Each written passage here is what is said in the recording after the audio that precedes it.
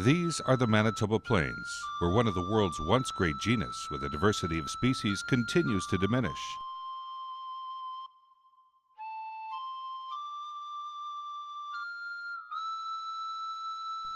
It's a short road from endangered to extinct, and this once abundant beast used to freely roam these vast plains.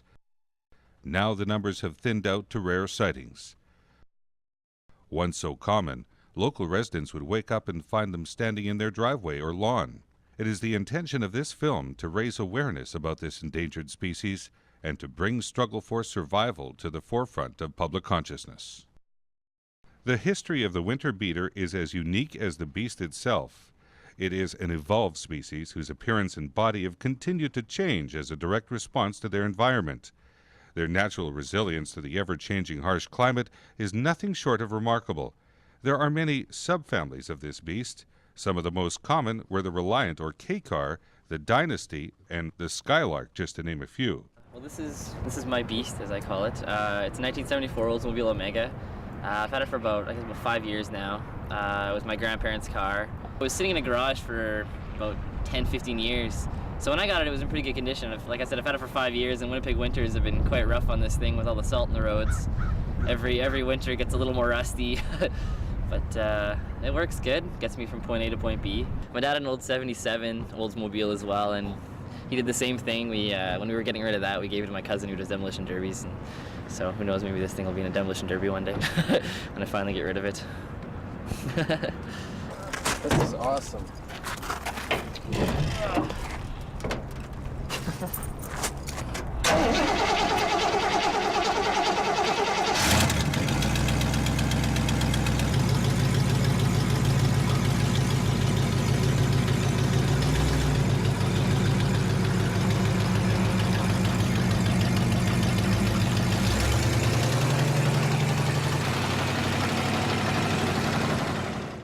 Due to changes in provincial and federal laws, there's been a government-driven persecution of the species that has been ongoing for more than a decade.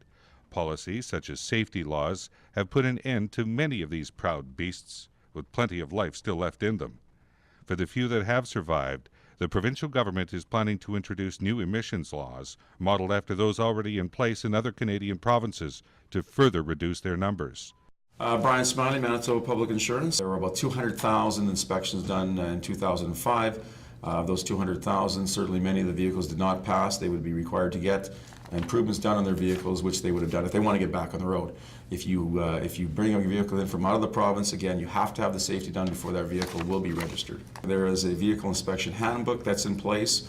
When a vehicle goes to be inspected, the mechanic is instructed to follow that handbook to the T. There's also requirements under the Highway Traffic Act which will allow that vehicle to be on the road in safety. Rusty cars are not an unusual sight in any province in Canada. Certainly I can tell you from first-hand experience there are a number of rusty cars in Saskatchewan. Are they a bad image? I don't think they're any more of a bad image than bad roads. Winter beaters, now that's an interesting term. Obviously it's a term that's probably used more so in provinces that have harsh winter months. It's a common term used for a vehicle that is driven primarily in the winter months. It's based on population, it's based on earnings and demographics, but in Manitoba the average age of our vehicle is about 11 years old. So certainly Manitoba, I wouldn't describe it as a unique car culture. And I think that's the end of our interview. I got this car from an uncle of mine. He owned it for a real long time and owned it from new and didn't really know how to take care of a car very well. And finally it got passed down to me in such beat up shape that I can only drive it in the winter. It's the only time I can be seen in a vehicle like this. Gas mileage doesn't matter in this. It's a pig on gas, but the main thing is you'll never have to make an insurance claim on it because it's just not worth the money, the deductible. I think I'll have it for at least another season. One more for sure. I'm probably gonna have to be looking after that.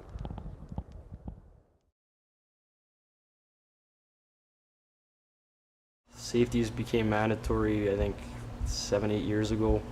People still get around them. They're not mandatory unless you want to register a vehicle that you've bought or are planning on selling one. The person that buys it can't register without a safety. Aside from that, there's no stipulation that you have to come in for a safety once a year or once every 2 years to make sure your vehicle's still roadworthy. I don't have the power to keep a vehicle off the road if it's unsafe. Car could be coming in that a ball joint could fall out of the next pothole it hits. I can't tell the customer he can't drive it. They'll buy them from some guy down the street that's got an old car he wants to get rid of. Used car dealers that are little crooked, patching up wrecks that shouldn't be on the road, they'll pick them up there. How do they get around safety? They'll always find a place that'll do a safety, just write it out and here you go, have a nice day, and not worry about it. This here's Mazda B2200, not sure what year, late 80s. It was just like an old beater truck of an aunt and uncle of mine. They decided that it wasn't fit for them to drive anymore, so they just gave it to us. I don't know what, my dad maybe gave them dinner or something like that. Both headlights are working, but one of the signals definitely isn't working. There's a hole in the gas tank at about just over a third of a tank, so I pretty much have to refill on gas almost every day. But that's okay because the windshield wiper fluid pump doesn't work, so in the sloppy winters, I don't know, whenever I get gas, I get to use the squeegees too. Also, driving it is an art. When it first gets going, it usually stalls a few times, but it always does start. Basically, your foot's got to be doing the little flicker thing, or the truck will just die out and stall for you. It's probably not... It wouldn't be able to go in to get a safety as of right now, but it was able to get safety without anybody looking at it, so that was a bonus for that.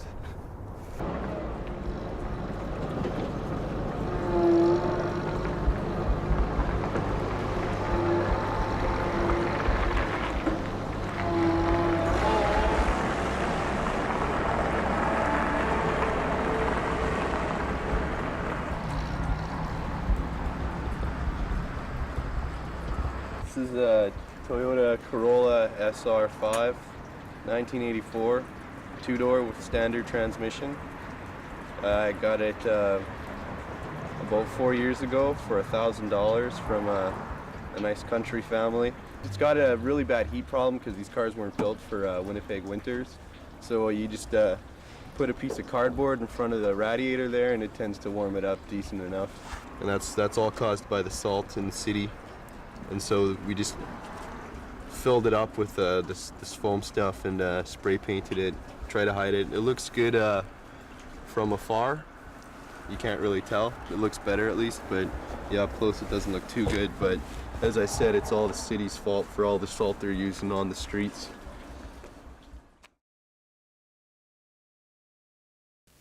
I was born in Winnipeg, Manitoba. It was a wonderful place to grow up and is very rich in local color and traditions. We do get criticized at times for living out in the middle of nowhere by people who aren't from here. But I think you have to be from here to understand. It's beautiful.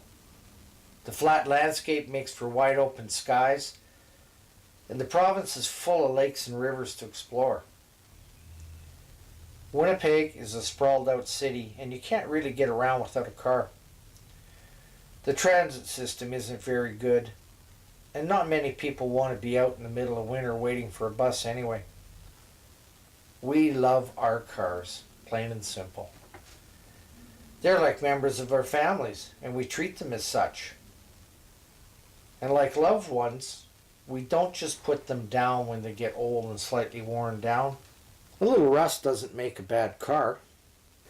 In this state, they make perfectly good winter cars, or cars we can pass on to our children and grandchildren in full confidence, because we know that they've treated us well over the years.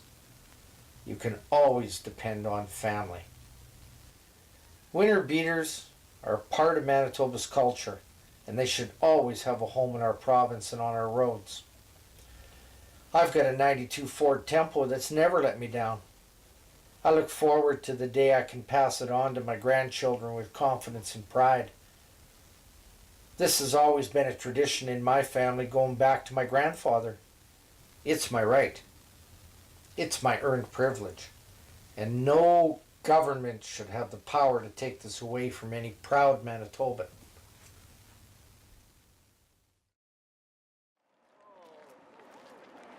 This 86 Golf is my Iron Maiden. The Iron Maiden has gotten me through many winters. Why buy a new car when the Iron Maiden has never missed a beat? Why would I subject her to a vehicle inspection when surely that would be the final nail in the coffin? The winter beater is dying. We need to act right now to save these beasts from extinction.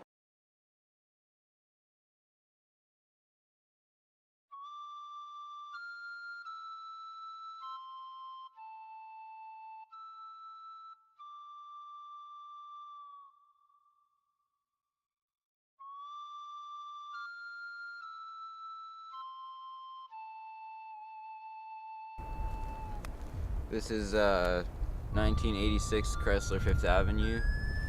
I bought it off of friends of my parents. This thing will start at -40 without being plugged in, not a problem. Take a couple cranks, but it'll go. Oh, it's been excellent. 800 bucks for a car in 2.5 years. It's a good investment.